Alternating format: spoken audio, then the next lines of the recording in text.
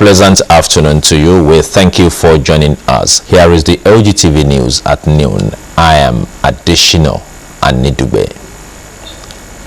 In the process of uplifting the standard of education in terms of structure and quality, all the model schools being constructed by the current administration in Ogun State will be delivered before May this year. This was gathered as the governor of Ogun State, Senator Ibikunle Amoson, embarked on a tour of some of the model schools to see the level of work done. Bumi Adigun reports. As planned and as budgeted for, the model schools spread across the 20 local government area of Ogun State are indeed going on. Workers here work day and night for the objectives and the mission of the current administration to be achieved. Education is the best legacy. To this end, the current administration in Ogun State is making the sector one of the strongest cardinal points of its administration, when twice in the budget, the ministry has won the heart of the governor in the planning. It started with free education to distribution of writing materials, textbooks, exercise books, instructional materials, school bags to be distributed, chairs and tables, and what is left for the students was just to get their school uniform and come to school.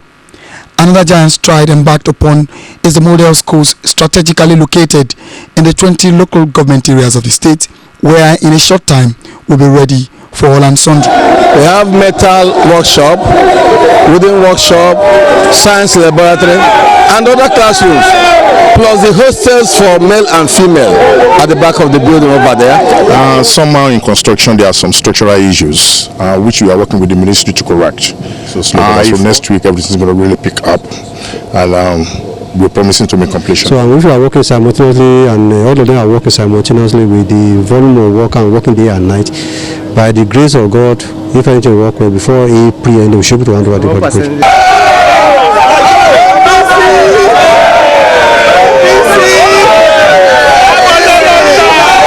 The governor of Ogun State, Senator Ibikunle Amoson, with many commissioning ahead for his administration in just 2.5 years, is again on a tour to some model schools where he was very much impressed. Well, we are on schedule, even though we had some delays, but of course we've been going around together, then different level of completion. Some are almost even 90% completed.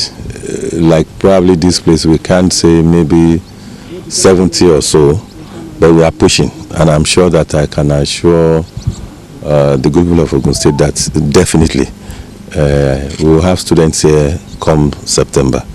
Senator Ibikunle Amoson says he was indeed happy with the level of work, and also speaks on the procedure for the enrollment of both the staff and the students.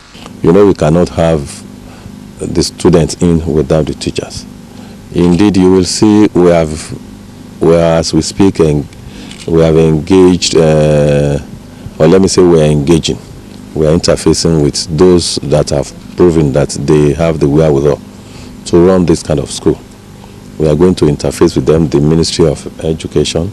Indeed, throughout, I think yesterday or so, they were with different set of people that they have been interfacing with. We are going to, I think they did the adverts. We are going to get the best hand to run these schools. And I'm happy to tell you that we have some of our people back home. They just need a little bit of direction. Special Advisor on Education, Dr. Tunji Abimbola, also speaks on what should be expected in the schools. We are going to go through rigorous process of selection, both for staff and students, and we are also going to go through rigorous training for our teachers so that they can deliver 21st century education. So what we're looking at is to give our children who do not have, the have-nots, the same opportunity as those who actually have money. The model schools, according to the project managers, will be ready before May this year. Bumi Adigun, Ogtv News. The matriarch of the Awolowo dynasty, Chief Mrs. Hannah Idowu Dideolu Awolowo, has expressed appreciation to all Nigerians for their prayers and frequent check on her family. She stated this while receiving the Ogun State Governor, Senator Ibikunle Amosun, who paid an unscheduled visit to the Awolowo family house in Ikene. Governor's office correspondent Bumi Adigun has the story. The home of the late sage, the patriarch of Awolowo dynasty, is always a sort of mecca for all and sundry.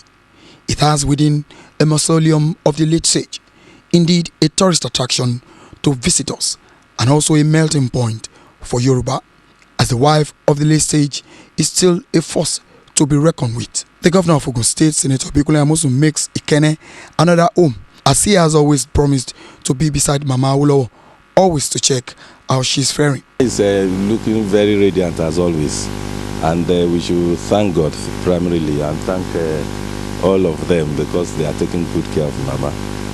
This is another visit, and surprisingly, Mama Anna Didiolu Awolowo is very much alive to talk to the governor's office correspondent, telling the world she is alive and healthy. I'm very well. I'm fine. So is that what you want to know? I'm very well, I'm fine. So you've seen Mama. Mama is looking as radiant as ever. So it is not that I'm making it up. Mama Anna Didiolu Awolowo, in the same vein, prayed for more developmental things to come to Ogun State. I'm greeting the people of Ogun State, and I'm praying for them all day that God will bring peace and peace to Ogun State. Mama Anna Didiolu Awolowo will by November this year celebrate her 99 years on earth. Bumi Adigun, Ogtv News. The federal government has provided 6 billion naira for vaccine procurement through UNICEF as part of its efforts to ensure safety of lives of women and children. The Executive Director, National Primary Healthcare Development Agency, Dr. Ado Mohammed, announced this in Abuja while briefing newsmen. Dr. Ado assured Nigerians and the international community of adequate vaccine supply and injection materials at all health facilities in the country. He said all needed vaccines for first quarter of 2014 had already been distributed to all health facilities nationwide since November last year. Dr. Ado also gave an assurance that Nigeria had enough vaccines for immunization in all antigens that could last the nation until third quarter of 2014, and procurement process for future requests had since commenced. He noted with delight Nigeria's success in attaining over 83% coverage in routine immunization in 2013, stressing that Nigeria's target of 87% coverage for 2015 would be achieved. The Executive Director called on all parents and caregivers to avail themselves of immunization services by making their children and wards available for immunization against vaccines preventable diseases. French and African peacekeepers have seized weapons from militia in the capital of the Central African Republic, which has been gripped by sectarian strife. Troops conducted house-to-house searches for several hours in a neighborhood of Bangui, believed to be a base for attacks against Muslims. Automatic weapons, grenades, knives, and ammunition were confiscated. More than 250 personnel of the military were deployed in the disarmament drive. The peacekeepers hope to secure the northern district of Boirab. It is a base for the anti-Balaka militia formed in response to killings by Muslim rebels and now blamed for their own revenge attacks. The operation was not entirely successful as some of the militia refused to disarm and one of its top leaders, Patrice Edoge Ngazona, escaped capture.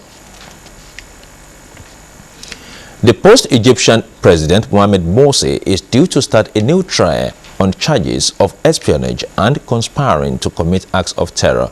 He and 35 others are accused of working with Lebanese and Palestinian groups to carry out attacks on Egypt. The charges are one of 4 prosecutions that the Islamist former leader now faces. Mr. Morsi was ousted by the military last July following mass street protests against his rule.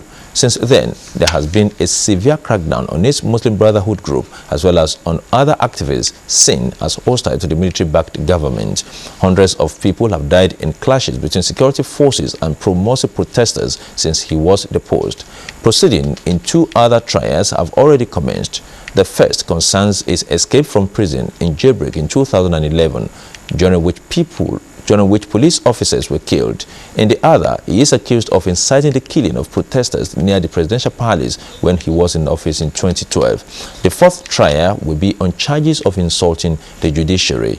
In his previous court appearances, Mr. Morsi had struck a defiant tone, refusing to recognize the legitimacy of the court and insisting that he was still the rightful president of the nation. Gateway United Football Club of Ogun State at the Onikan Stadium in Lagos forced City of David Football Club of Lagos to a 1-1 draw in a National League match. The Week 1 encounter saw the Lagos side open score in the first half, where Gateway United equalized with a volley by Kano Wisdom in the dying minutes of the match. The match was watched by the Ogun State Commissioner for Youth and Sports, Prince Larry Tejosho, as well as the Permanent Secretary and other top officials of the Ogun State Ministry of Youth and Sports. Gateway United's next match is at home to Stationery Stores, also of Lagos, next Saturday at the MK Abiola International Stadium, Kuto, Abeokuta. And to round up the news this afternoon, we have these last lines. The best sermons are lived, not preached.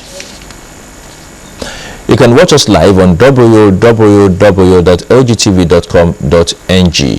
For more news updates, please follow us on Twitter at Ogtv and Facebook via www.facebook.com/OgunTV. You can also share your stories and news reports with us by sending email to news@lgtv.com.ng or info@lgtv.com.ng. We sincerely appreciate you for being part of the news. That will be all for now. More news and reports in the course of the day. Good afternoon.